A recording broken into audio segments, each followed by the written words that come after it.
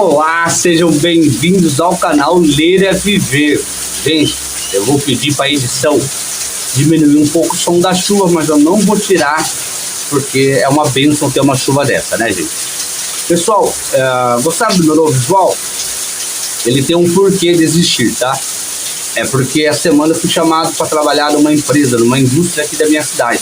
Por isso eu demorei para colocar o próximo episódio, né, o próximo capítulo do livro Céu e Inferno de Allan Kardec, que é o capítulo 6 agora. A gente vai começar a ler, que é a doutrina das penas eternas, tá bom?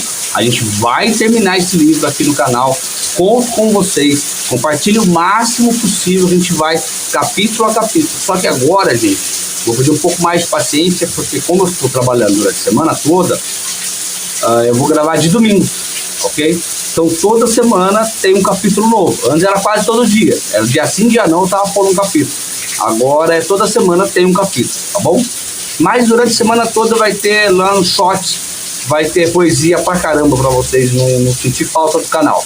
O importante é você se inscrever no canal, ativar o sininho de notificações para quando tiver episódio novo, capítulo novo ou short novo saindo de poesia, para que vocês fiquem sabendo, ok? E compartilhar o máximo possível, gente. Participar, deixar nos comentários quais livros vocês querem que eu leia aqui para vocês, ok? E assim o canal vai crescendo. Então eu conto com vocês aqui para o crescimento do canal, tá bom? Já se inscreveram, já ativaram o sininho de notificações? Então vamos começar a leitura de hoje, tá bom? Capítulo 6, a doutrina das penas eternas.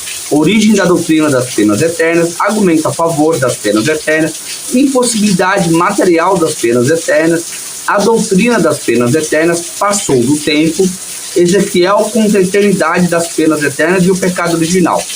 Esses são os tópicos deste capítulo, ok? Então vamos começar, pessoal. A origem das penas eternas. A crença na eternidade das penas eternas perde a cada dia tanto terreno que, mesmo sem ser profeta, podemos prever seu fim próximo. Foi combatida por argumentos tão poderosos e peremptórios que parece até supérfluo dela se ocupar, que será suficiente que se deixe que ela se extingua por si mesma.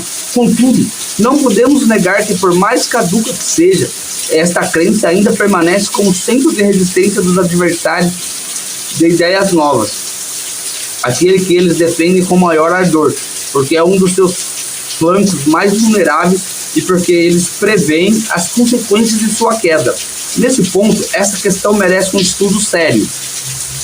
A doutrina das penas eternas, como a do inferno material, teve sua razão de ser, uma vez que essa crença podia ser um freio para os homens pouco avançados, intelectual e moralmente. Da mesma maneira que eles pouco ou nada se deixavam impressionar pela ideia de penas morais, também não se impressionariam com as penalidades temporais. Não compreenderiam também a justiça das penas graduais e proporcionais, porque não estavam aptos a compreender as nuances, muitas vezes delicadas do bem e do mal, nem o valor relativo das circunstâncias atenuantes ou agravantes. Quanto mais os homens se aproximem do estado primitivo, mais materializados são. O senso moral é o que desenvolve mais tardiamente. Exatamente por essa razão, eles só podem fazer uma ideia muito imperfeita de Deus e de seus atributos, e uma ideia não menos vaga da vida futura. Assemelham Deus à sua própria natureza. É para eles um soberano absoluto. Ainda mais terrível, é invisível, como um monarca despótico que, escondido em seu palácio, jamais se mostra aos seus súditos. Assim sendo, Deus é para eles poderoso pela força material, pois eles não conseguem compreender a força moral. Eles o concebem armado com raio, ou em meio a relâmpagos e tempestades, semeando a ruína e a desolação à sua passagem. A semelhança dos guerreiros invencíveis, um Deus de mansutude e de misericórdia não seria um Deus, mas um ser fraco, que não saberia se fazer obedecer. A vingança implacável, os castigos terríveis, eternos, nada tinham de contrário à ideia que eles faziam de Deus. Nada que eles repugnassem à razão, sendo eles próprios implacáveis em seus ressentimentos, cruéis para com seus inimigos, sem piedade pelos vencidos. Deus, que lhes era superior, deveria ser ainda mais terrível. Estão gostando até aqui, pessoal? Estão gostando? Já vai deixando o like, já vai compartilhando. E não esqueça de se inscrever no canal.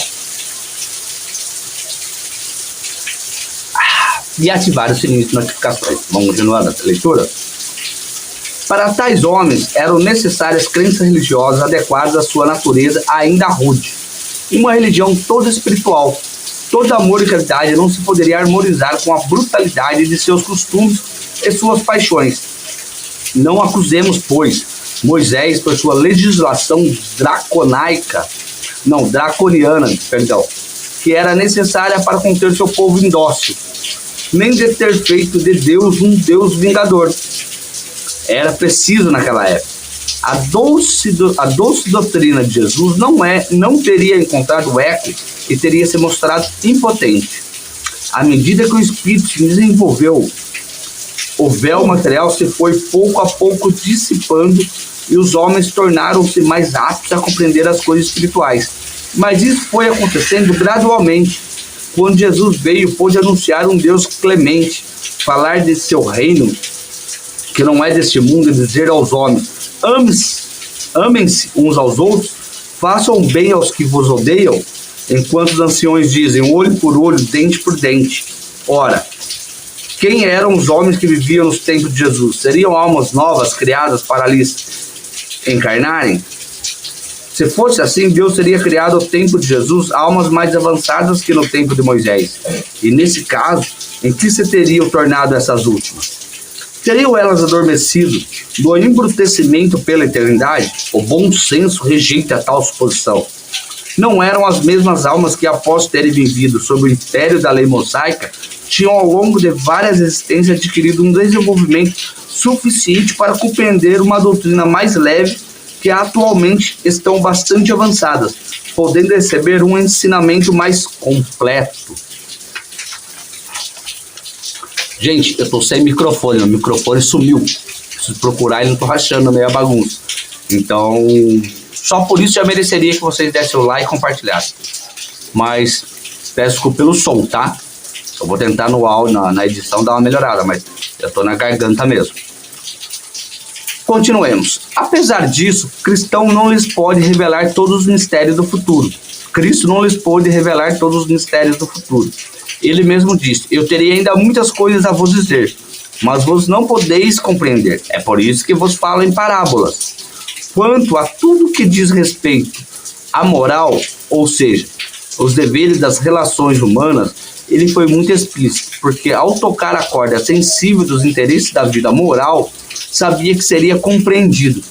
Quanto aos outros pontos, ele limitou-se a semear sob uma forma alegórica os germes do que deveria ser desenvolvido mais tarde. A doutrina das penas e das recompensas futuras pertence a essa última ordem de ideias.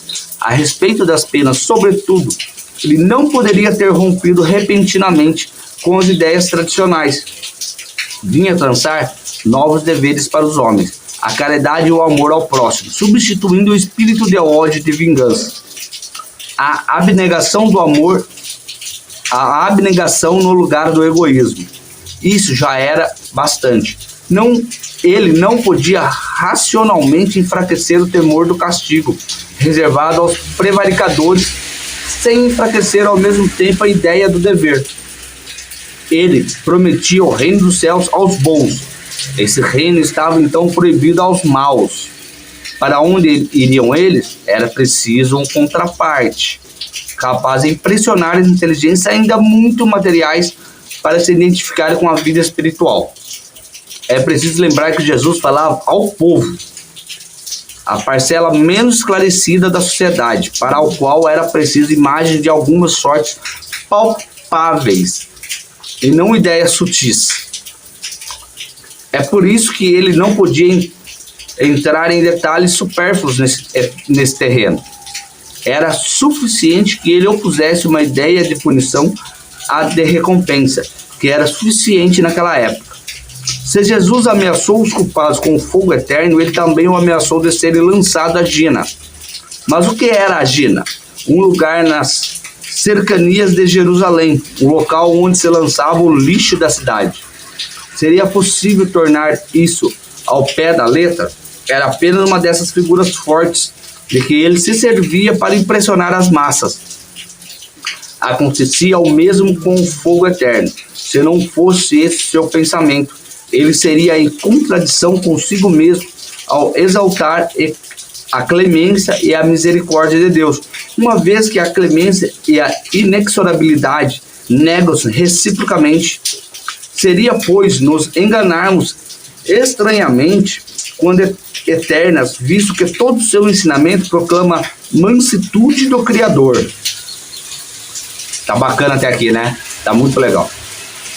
Na oração dominical, Jesus nos ensinou a dizer: Senhor, perdoai as nossas ofensas, assim como nós perdoamos aos que nos têm ofendido. Se o culpado não pudesse ter esperança no perdão, seria inútil pedi-lo. Mas será o perdão incondicional? Será uma graça, uma anulação pura e simples da pena em que se incorreu? Não. A medida desse perdão não está subordinada à maneira como tivermos perdoado. Ou seja, se não perdoamos, não seremos perdoados, fazendo do esquecimento das ofensas uma condição absoluta. Deus não poderia exigir que o homem frágil fizesse o que ele, todo-poderoso, não faria. A oração dominical é uma negação da vingança eterna de Deus. Então não adianta você só pedir perdão. Você tem que aprender a perdoar. Não é difícil entender. Mas precisou vir Allan Kardec, conversar com os espíritos dar tudo mastigadinho para nós entender. Então, se você não perdoa, você não é perdoado. Essa é a verdade. Vamos continuar. Vou continuar aqui. A gente já está terminando o capítulo, tá bom? Então, espero que vocês já estejam inscritos no canal, tá? E espero que já estejam deixado o seu like. Estou tentando enrolar para dar tempo para você deixar o like e se inscrever no canal. Bora lá. Para os homens que possuem apenas uma noção confusa da espiritualidade da alma, a ideia do fogo material nada tinha de chocante. Muito menos porque ele se encontra na crença popular proveniente do inferno pagão, quase que universalmente difundida. A eternidade das penas nada tinha de repugnante para a pessoa submetida há séculos à legislação do terrível Jeová, dentro do pensamento de Jesus. Falei Jeová, deu até um trovão aqui. O fogo eterno só podia ser uma figura. Pouco lhe importava que essa figura fosse levada ao pé da letra, visto que ele devia servir de freio. Ele sabia que o tempo e o progresso se encarregariam de esclarecer o sentido alegórico, sobretudo porque, segundo sua predição, o Espírito da Verdade viria esclarecer todas as coisas aos homens. O caráter essencial das penas irrevogáveis é ineficácia do arrependimento. Ora, Jesus jamais disse que o arrependimento não alcançaria as graças perante Deus.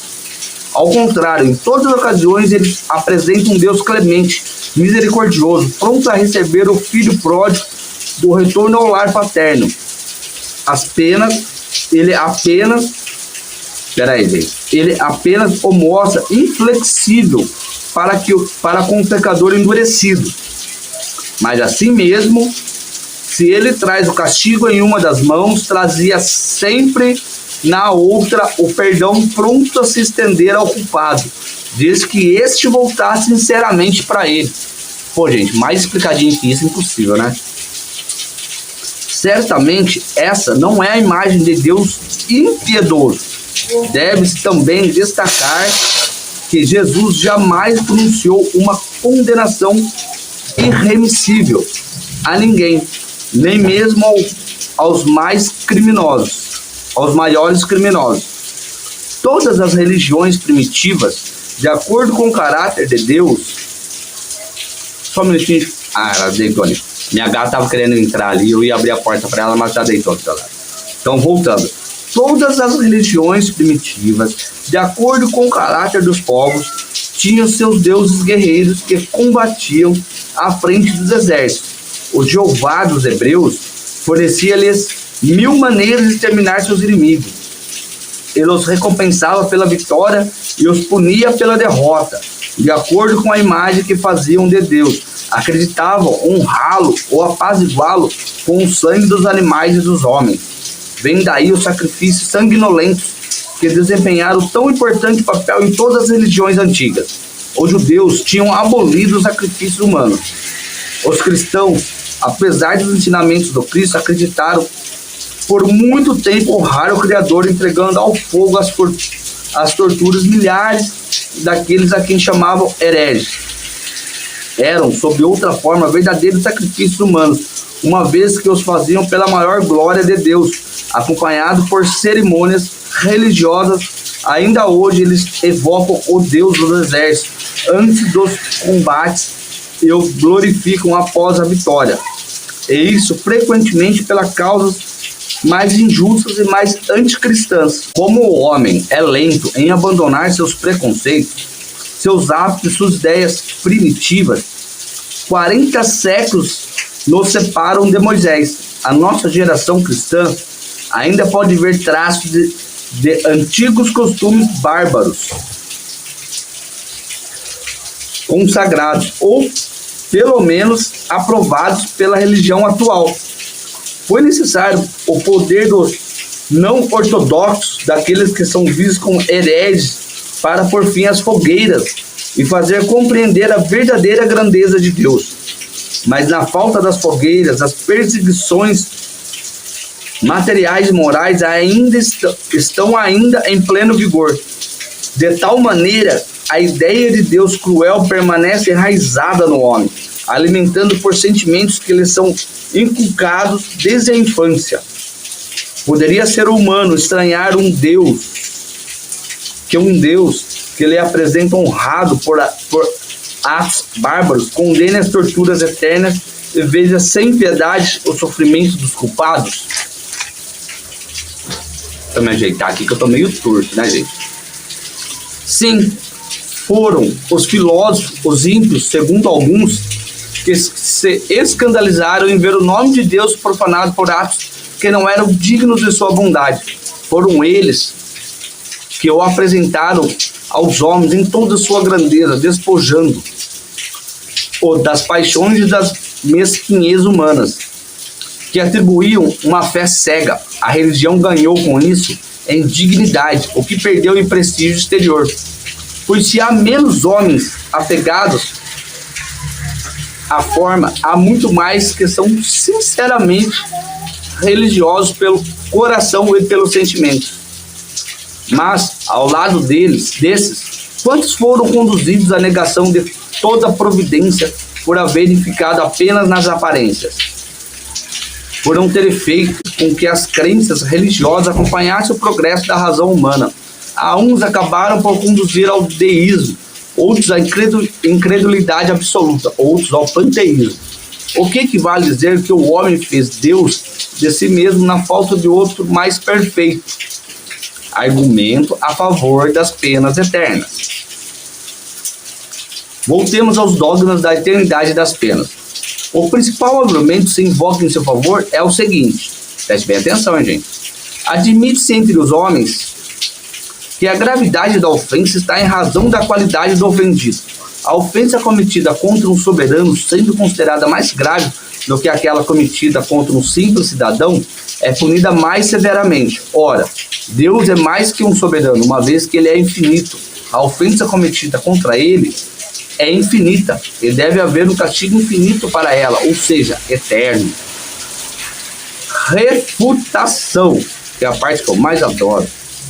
Toda refutação é um raciocínio que deve ter seu ponto de partida, uma base sobre a qual se apoia. Uma premissa em uma palavra. Encontramos essas premissas nos próprios atributos de Deus.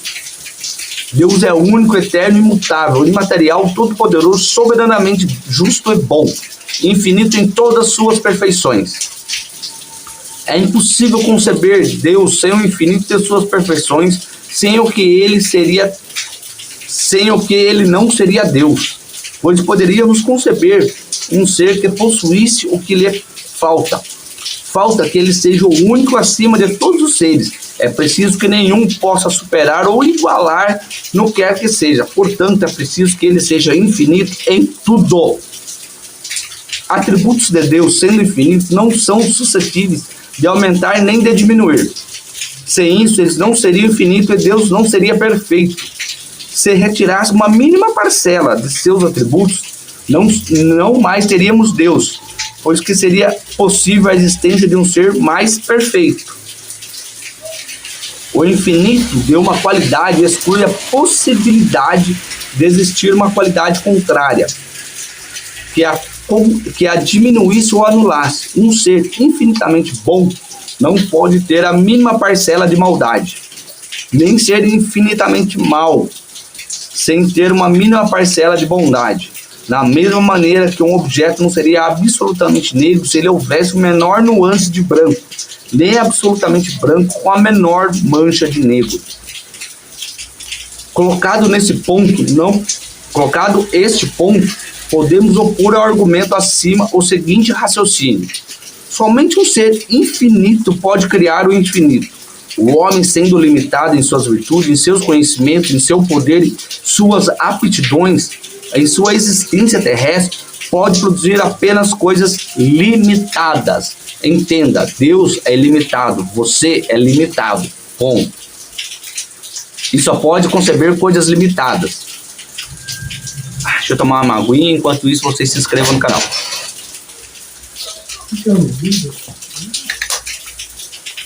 Se o homem pudesse ser infinito naquilo que ele faz de mal, ele seria igualmente no que ele faz de bem. Assim ele seria igual a Deus. Mas se o homem fosse infinito em relação ao bem, não praticaria nenhum mal, pois o bem absoluto supõe a exclusão de todo mal. É um tanto quanto óbvio, né? Mas bem masticadinho aqui no livro Céu e Inferno, é só você acompanhar o canal. Admitindo-se que uma ofensa temporária contra a divindade pudesse ser infinita, Deus, vingando-se dela com um castigo infinito, seria infinitamente vingativo. Se ele é infinitamente vingativo, ele não pode ser infinitamente bom e misericordioso, pois um de seus atributos seria a negação do outro. Se ele não é infinitamente bom, ele não é perfeito. E se ele não é perfeito, então ele não é Deus. Se é Deus, é inexorável para com o culpado arrependido. Ele não é misericordioso. Se ele não é misericordioso, ele não é infinitamente bom. Nossa, mais explicado que isso, impossível, né, pessoal? Porque Deus deveria ao homem uma lei de perdão se não devesse ele mesmo perdoar? Disso resultaria que o homem não perdoa seus inimigos e não lhe paga o mal com o bem. Seria melhor que um Deus que permanecesse surdo ao arrependimento daquele que o ofendeu e negar-lhe pela eternidade, a mais leve atenuação da pena. Deus, que está em toda parte e tudo vê, deve ver as torturas dos culpados. Se ele é insensível aos seus gemidos, por toda a eternidade ele é eternamente impiedoso. Se ele é impiedoso, não é infinitamente bom. A isso responde ao pecador que se arrepende antes de morrer, obtém a misericórdia de Deus e que ele, desse modo, o maior culpado, pode se beneficiar com sua graça. Não pode haver dúvida quanto a isso. Concebe-se que Deus somente perdoe aquele que se arrepende e seja inflexível para com os espíritos endurecidos. Mas ele é cheio de misericórdia e com a alma que se arrepende antes de deixar o corpo, porque ele não faria o mesmo para aquele que se arrepende após a morte. Porque o arrependimento só seria eficaz durante a vida, que não é mais que um instante, e não durante a eternidade, que não tem fim. Se a bondade e a misericórdia de Deus são circunscritas a um determinado tempo, essas não são infinitas e Deus não é infinitamente bom. Deus é soberanamente justo. A justiça soberana não é mais inexorável, nem aquela que deixa toda falta sem punição, mas que a considera da maneira mais rigorosa o bem e o mal, da recompensa, um pune o outro com mais equitativa proporção, sem jamais se enganar. Se por uma falta passageira, que é sempre resultado da natureza imperfeita do homem, e com frequência do meio que ele se encontra, a alma pode ser punida eternamente, sem esperança de abrandamento, nem de perdão. Não há nenhuma proporção entre a falta e a punição, portanto, não há justiça. Já estou terminando aqui, tá, gente? Falta pouquíssimas páginas. Vai deixando o like, vai se inscrevendo no canal, vai compartilhando. Se o culpado se volta para Deus, arrepende-se e pede a oportunidade de reparar o mal concedido, isso equivale a um retorno ao bem, aos bons sentimentos. Se o castigo for irrevogável e o retorno ao bem será infrutífero, já que não se leva em conta o bem, não há justiça. Entre os homens, o condenado que se emenda vê sua pena comutada, por vezes até mesmo perdoada. Haveria então na justiça humana mais equidade do que na justiça divina? Não faz nem sentido, né? Na moral. Se a condenação é irrevogável, o arrependimento é inútil. O culpado, nada tendo a esperar de seu retorno ao bem, persiste no mal, de maneira que não somente Deus o condena a sofrer eternamente, mas também permanecer no mal pela eternidade. Não veria nisso nem justiça nem bondade. Deus, sendo infinito em todas as coisas, deve tudo conhecer, tanto o passado quanto o futuro. Ele deve saber no momento da criação de uma alma se ela falhará tão gravemente ao ponto de ser condenada eternamente. Se ele não sabe, então seu saber não é infinito. E então ele não é Deus. Se sabe, então cria voluntariamente um ser condenado desde a sua formação às torturas sem fim. Portanto, não é bom. Se Deus, tocado pelo arrependimento de um culpado, pode estender-se sobre ele sua misericórdia e retirá-lo do inferno, não existem penas eternas e o julgamento feito pelos homens está revogado. A doutrina de penas eternas absoluta conduz forçosamente à negação ou à diminuição de alguns dos atributos de Deus. Ela é, consequentemente, inconciliável com a perfeição infinita, pelo que chegamos à seguinte conclusão: se Deus é perfeito, a condenação eterna não existe. Se ela existe, Deus não é perfeito. Ponto. Invoca-se ainda em favor do dogma da eternidade das penas o seguinte argumento: a recompensa concedida aos bons, sendo eterna, deve ter em contrapartida uma punição eterna. É justo que a punição seja proporcional à recompensa. Refutação. Teria Deus criado a alma para fazê-la feliz ou infeliz? Evidentemente, a felicidade da criatura deve ser o objetivo de sua criação. Do contrário, Deus não seria bom. Ele atinge a felicidade por seu próprio mérito. Uma vez adquirido o mérito, ela não pode perder seu fruto. A felicidade eterna é consequência de sua natureza imortal. Mas antes de chegar à perfeição, ela terá lutas a vencer, combates a travar contra más paixões. Deus, não a tendo criado perfeita, mas perfectível, a fim de que ela tenha mérito em suas obras, ela pode falir. Suas quedas são consequência de sua fraqueza natural. Se por uma queda ela devesse ser punida eternamente, poderíamos perguntar por que Deus não teria criado mais forte. A punição que ela sofre é uma advertência de que ela fez o mal. Deve ter por resultado conduzi-la ao bom caminho. Se a pena fosse irremissível, seu desejo de fazer melhor seria inútil. Assim, o fim providencial da criação não poderia ser atingido, pois haveria seres predestinados à felicidade e outros à infelicidade. Uma alma culpada se arrepende, ela pode tornar-se boa. Podendo tornar-se boa, ela pode aspirar à felicidade. Deus seria justo se ele recusasse esses meios? Pô, eu acho que não, né, irmão? Na moral. Sendo o bem o objetivo final da criação, a felicidade, que é seu prêmio, deve ser eterna. O castigo, que é um meio de se chegar a ela, deve ser temporário.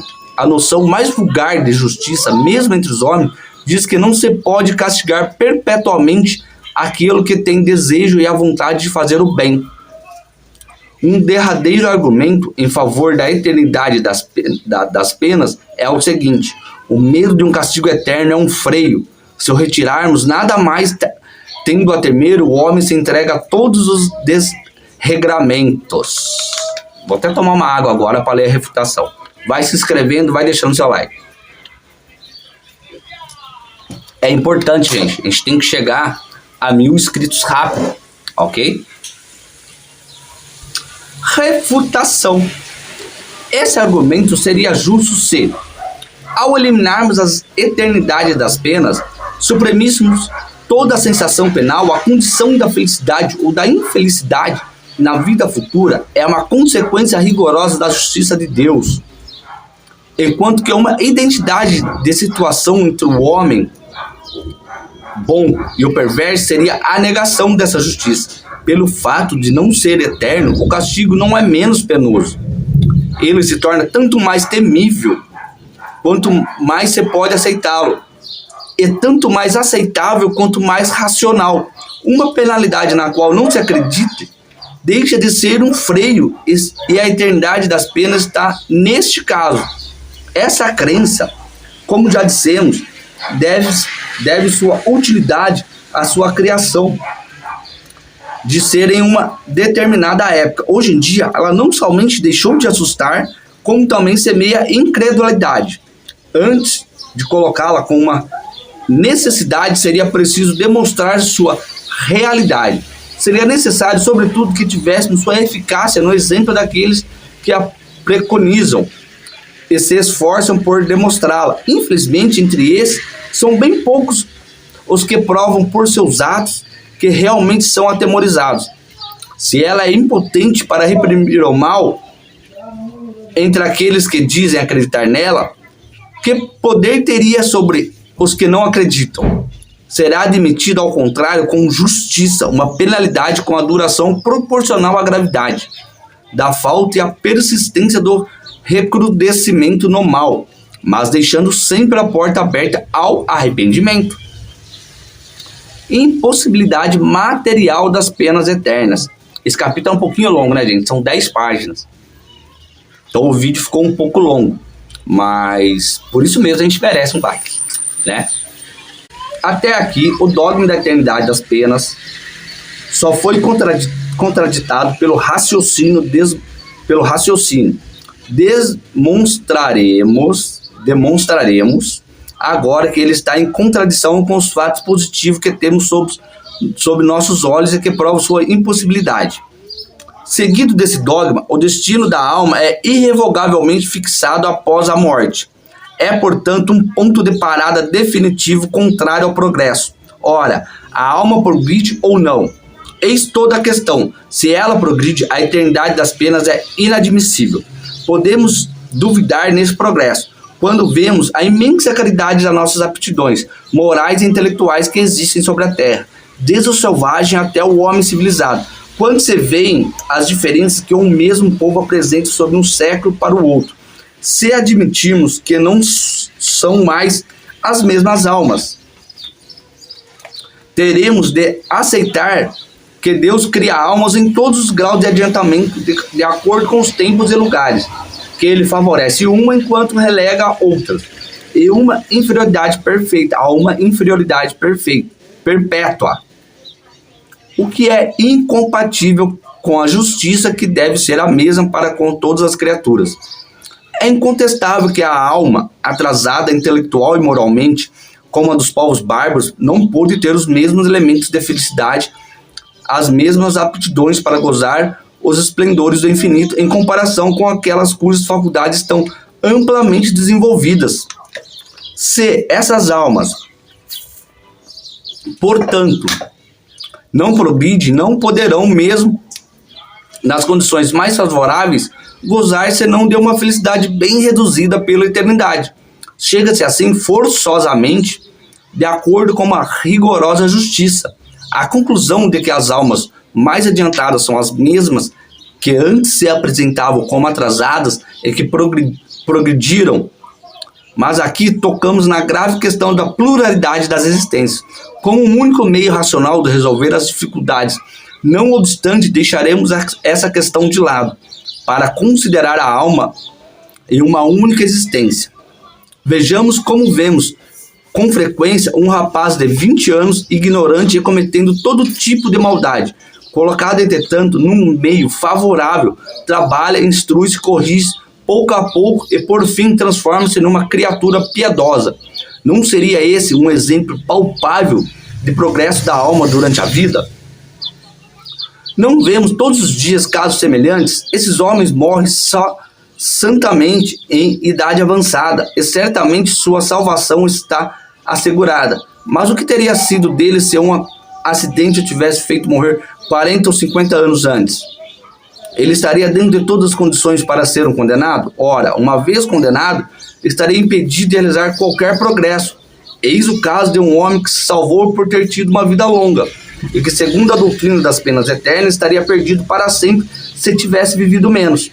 Mas, desde que sua alma pôde progredir num determinado tempo, por que não poderia ela progredir nesse mesmo tempo após a morte, se uma causa independente de sua vontade a tivesse impedido de fazê-lo durante sua vida?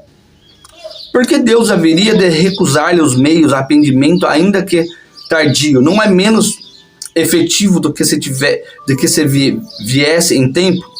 Mas se desde o instante da morte uma condenação irreversível atingisse, seu arrependimento não teria mais valor pela eternidade, e sua aptidão para progredir estaria destruída.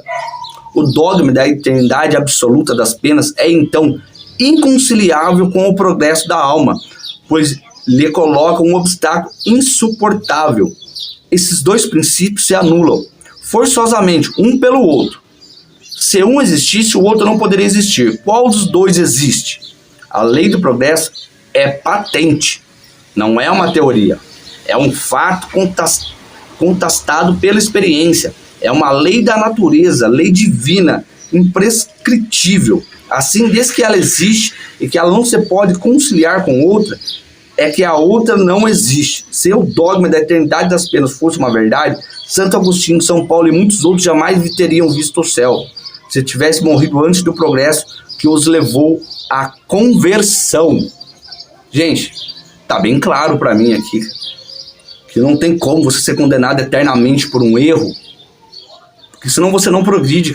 Qual vai ser a vantagem de você se arrepender de alguma coisa, de você tentar melhorar, de você se arrepender de um erro que você cometeu anos atrás, 2 dias atrás, 1 hora atrás, sei lá, enfim. O arrependimento ele existe para o progresso da alma, entendeu? Esse é o ponto de vista espírita, é o que eu acredito. Aí você põe a sua opinião nos comentários. Seja ela qual for, ela vai ser muito bem aceita aqui no canal Leda Ver, viu? O canal Leda Ver é um canal aberto a todas as religiões, a todo tipo de leitura.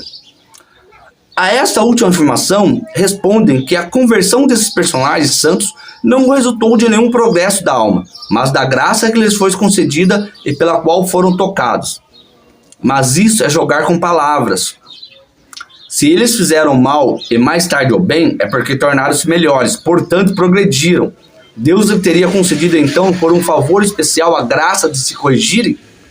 Por que a eles e não a outros? E sempre a doutrina dos privilégios, incompatível com a justiça de Deus e seu amor igual a todas as suas criaturas. Segundo a doutrina espírita, de acordo com as próprias palavras do Evangelho, com a lógica e com a mais rigorosa justiça, o homem é filho de suas obras, durante esta vida e após a morte. Ele nada deve a favoritismo. Deus recompensa-o por seus esforços e o pune por sua negligência pelo tempo em que permanece negligente. Com licença, gente, eu preciso abrir a porta para meu cachorro passar aqui. A minha esposa vai abrir ali. É que eu tenho um companheiro de leitura, gente. Ele deita aqui e fica lendo comigo. Continuemos. A doutrina das penas eternas passou do tempo. A crença da eternidade das penas materiais permaneceu como um temor salutar, até que os homens chegassem a compreender o poder moral, a semelhança do que acontece com as crianças. o que pode ser contundidas durante um tempo pela ameaça de certos seres fantásticos, que lhes causam pavor. Mas chega um momento em que a razão da criança recusa por si mesma essas histórias, e assim seria o absurdo pretender governá-las por esses mesmos meios. Se aqueles que a dirigem persistissem em afirmar-lhe que essas fábulas são verdades que devem ser tomadas ao pé da letra, acabariam por perder a confiança dela. O mesmo acontece atualmente à humanidade. Ela atingiu da infância, ela saiu da infância e sacudiu os coeiros. O ser humano não é mais aquele instrumento passivo que se curva à força material, nem o ser crédulo que tudo aceita de olhos fechados. É por isso que quando seu espírito atinge um certo grau de desenvolvimento, ele rejeita a crença e as penas eternas como incompatível com as ideias mais amplas que adquire da divindade e com as noções mais exatas do que é justo e injusto. Todos os argumentos do mundo seriam incapazes de triunfar sobre as evidências. Persistir nesse caso é um erro, pois é comprometer a sua própria autoridade. A crença é um ato de entendimento e não pode, por isso, ser imposta. Se durante um certo período da humanidade o dogma da eternidade das penas pode ter sido inofensivo ou mesmo salutar, chega um momento em que se torna perigoso, com efeito a partir do instante em que esse dogma for imposto como sendo verdade absoluta, e a razão a rejeita. Acontecerá necessariamente uma de duas coisas: ou aquele que deseja crer em busca de uma crença mais racional, ou passa a não crer mais nada. É evidente para qualquer um que estude a questão friamente que em nossos dias o dogma da eternidade das penas acabou por produzir uma das mais materialistas e ateus de todos os filósofos. As ideias seguem um curso incessantemente progressivo e não se poderá governar os homens senão seguindo este curso. Desejar detê-los ou fazê-los retroceder ou simplesmente permanecer na retaguarda quando avançam seria perdê-los. Seguir ou não seguir esse movimento é uma questão de vida ou morte para as religiões, assim como para os governos. Isso é um bem, um mal? Certamente é um mal aos olhos daqueles que, vivendo no passado, percebe que este lhes escapa. Para aqueles que veem o futuro, é um cumprimento da lei do progresso. É uma lei de Deus, e contra as leis de Deus toda existência é inútil. Lutar contra sua vontade é querer despedaçar-se. Por que então desejar a toda força sustentar uma crença que cai em desuso e que, em definitivo, faz mais mal do que bem à religião? É triste de dizer, mas é uma questão material domina. Aqui há a questão religiosa. Essa crença tem sido largamente explorada, graças à ideia de que, com dinheiro, se pode abrir a porta do céu e livrar-se do inferno. Conheço muito assim. As somas que ela produziu e que produz ainda são incalculáveis. É o imposto cobrado sobre o medo da eternidade, sendo este imposto facultativo. O produto é proporcional à crença. Se a crença não existir mais, a arrecadação acaba. A criança entrega seu doce de bom grado a quem lhe promete que irá espantar o lobisomem. Mas quando a criança deixa de acreditar no lobisomem, guarda consigo o doce. Faz total sentido para mim. Falo isso sempre.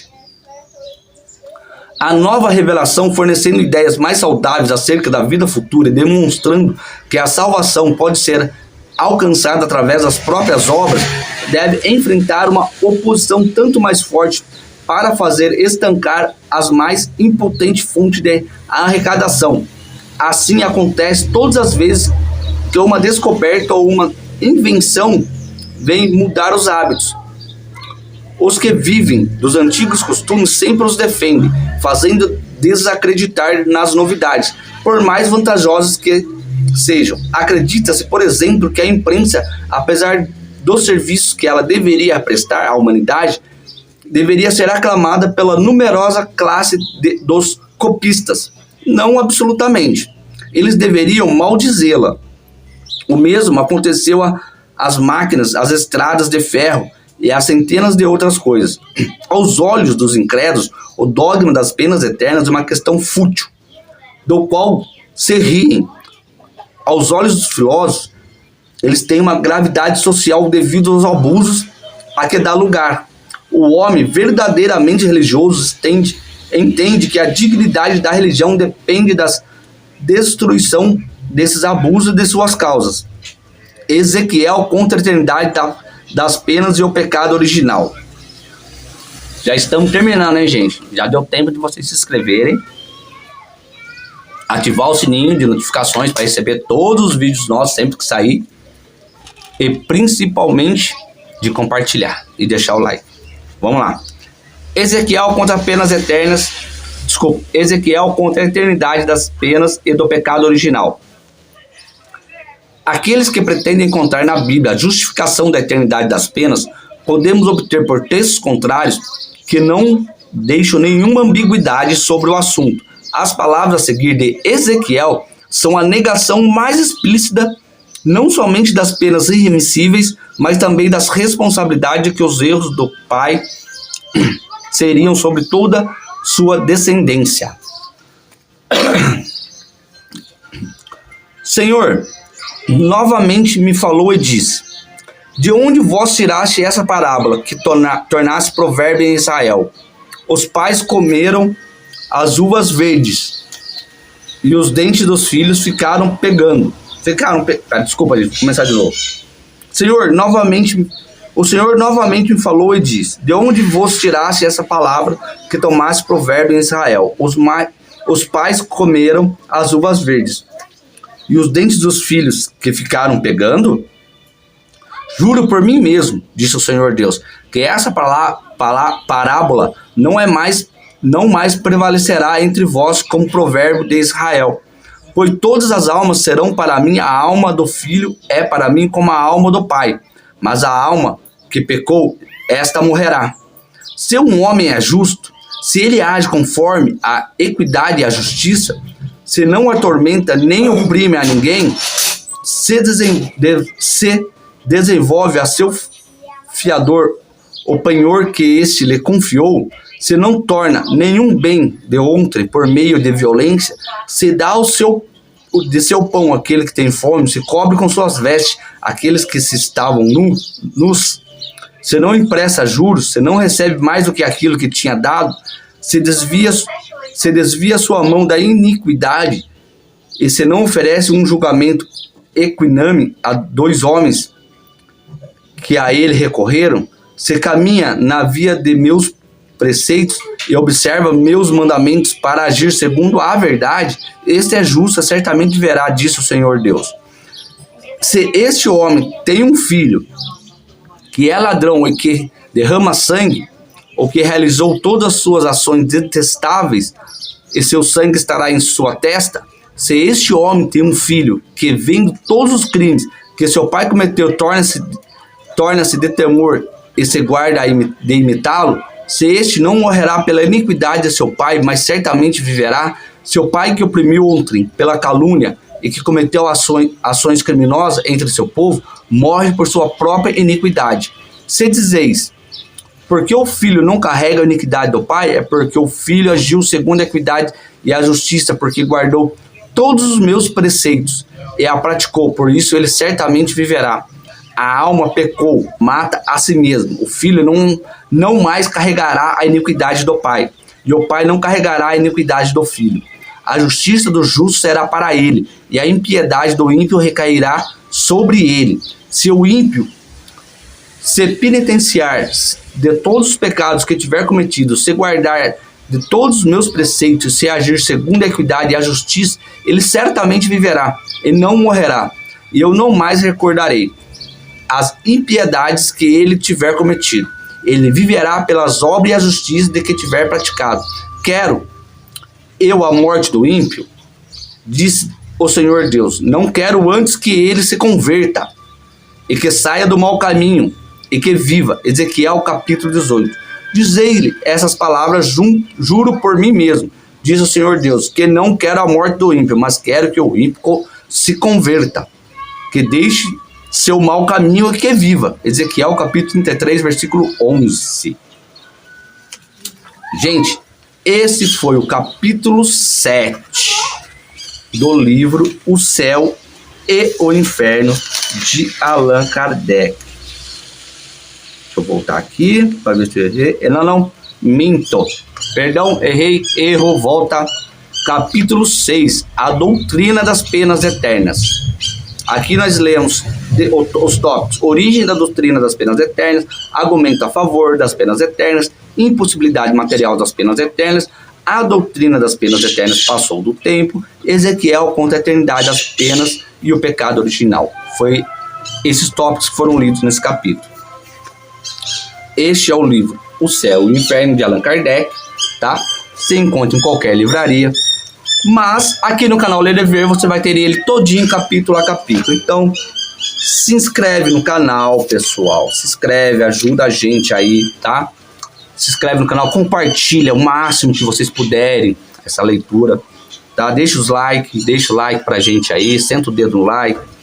E comentem se vocês estão gostando, comentem se vocês estão entendendo. Se vocês não estiverem entendendo, deixe nos comentários aí. O que eu puder auxiliar vocês, eu vou auxiliar dentro do meu entendimento. E é isso, gente. Durante a semana vai ter bastante shot de poesia, porque agora eu estou trabalhando numa indústria aqui da minha cidade, então não tenho mais tanto tempo livre para criar aqui pro canal, tá? Mas toda semana vai ter um capítulo inteiro do livro Céu e Inferno. E já estou pensando na próxima leitura, porque a gente já está quase na metade do livro, tá? Mas enquanto não terminar o Céu e o Inferno de Allan Kardec, a gente não vai passar por outro livro, tá bom? Se inscreva no canal, deixe seu like, ative o sininho de notificações. Beijo no coração. Wander Pedroso, canal Ler e Ver. Até o próximo vídeo, pessoal. Vem com nós aí. Ajuda o canal, tá bom?